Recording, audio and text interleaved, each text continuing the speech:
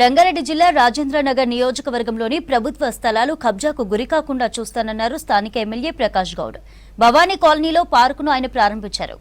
కాలనీలోని ఖాళీ స్థలాన్ని కబ్జాకు గురవుతోందనే ప్రజావాణి ద్వారా హైడ్రాకు ఫిర్యాదు అందడంతో అధికారులు చర్యలు తీసుకున్నట్లు తెలిపారు. మున్సిపల్ సిబ్బంది పార్కును పరిశీలించిన తర్వాత బోర్డు ఏర్పాటు చేసినట్లు తెలిపారు. స్థలాన్ని కాపాడుకుని పార్క్ ఏర్పాటు చేసుకోవడం సంతోషంగా ఉందన్నారు ఎమ్మెల్యే ప్రకాష్ గౌడ్. కొంచెం దిష్టి తీసి ఆ చేత కొబ్బరికాయ కొట్టండి. 3 సార్లు యాంటీ వైపు 3 సార్లు ఓం జైస్తే పంజాబ్ పుష్పమానుషగో సాహ్యామదా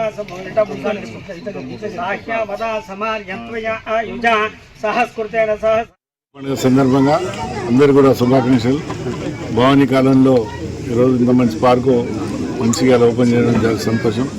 దానికి కమిషనర్ గారు మా ప్రజాప్రతినిధులు అందరూ కూడా సహకరించి ఈ జాగా కబ్జా అవుతుందని చెప్తే కమిషనర్ చెప్తే సాగర్ గారు మహేందర్ గారు అందరికీ చూసుకొచ్చి ఈ పార్టీని అందరూ కూడా మంచిగా చేస్తారు. ఎందుకంటే ప్రజలకు ఏదైతే ప్రజల సొత్తు ఉందో ప్రజలకే ఉండాలి.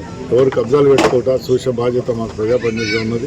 అందుకని ఈరోజు ఇంత మంచి కాలనీలో కూడా నిజంగా పండుగ ఉన్నా ఏదున్నా కాలనీ వాసులు అందరూ కూడా మంచిగా సహకరించి చాలా సంతోషం.